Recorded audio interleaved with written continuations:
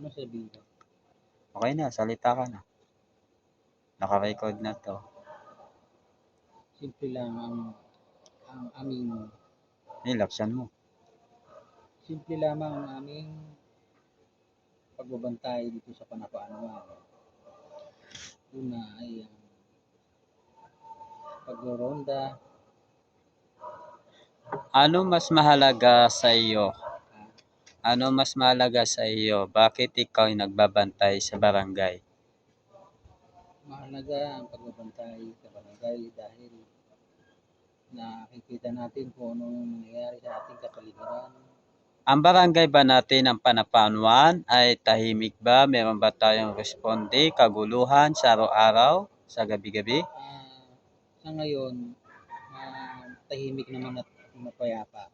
Walang problema. Bilang isang tanod, bakit ka inilagay sa tungkulin sa barangay ito?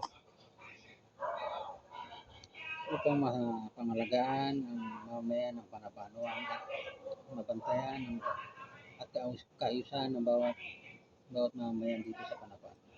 Ano masasabi mo sa sarili mo bilang serban na ikaw ay nagbabantay sa tinatawag ng batas ng barangay Panapaanuan? Ah, ang tungkulin ng bawat isa bilang ako ang nagbabantay ay alagaan at tignan ang bawat galaw ng papapunta at papaalis at papapasok ng bawat tao. Ikaw ba ay masaya na bilang isang serban, ikaw ba ay masaya naglilingkod sa ating barangay Panapaanuan? Oo naman, masaya. Pagkat nakakatulong ako at na naayos ang ating pamayanan. Okay.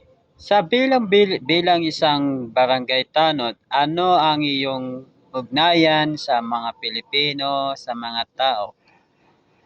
Ah, simple lang.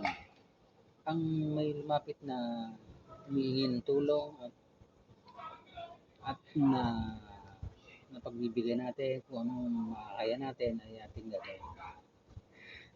Handa ka ba na maging serban habang ikay nasa barangay? Paano yung mga pangyayari na dumarating sa buhay mo? May problema, paano mo natitiis yun? Ako masaya ako sa aking tungkulin na aking nagampanan sa pagbabantay, tanod, sa aking pag-duty. At sa mga problema naman dumarating, sa awa ng Diyos na matatapos naman at gagabayan naman ako ng Panginoon. Ano masasabi mo sa mga kaibigan natin, sa mga kasama natin, mga barangay tanod? Okay naman sila.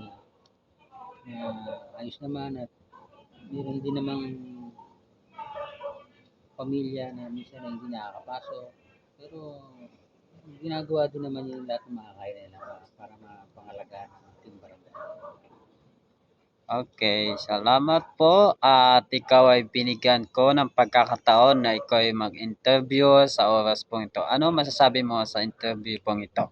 Napakagandang interview at napakagandang gabi. Okay. Thank you so much, Jess, at maraming salamat sa iyong tungkulin bilang bantay Panapaanuan. Maging ligtas ang bawat Pilipino na ating tungkulin magligtas na tayo ay narito bilang sa barangay at tayo ay patuloy na nagiging tapat sa ating tungkulin. Hi kay hi. Ay, Yung kamay. God bless. Thank you.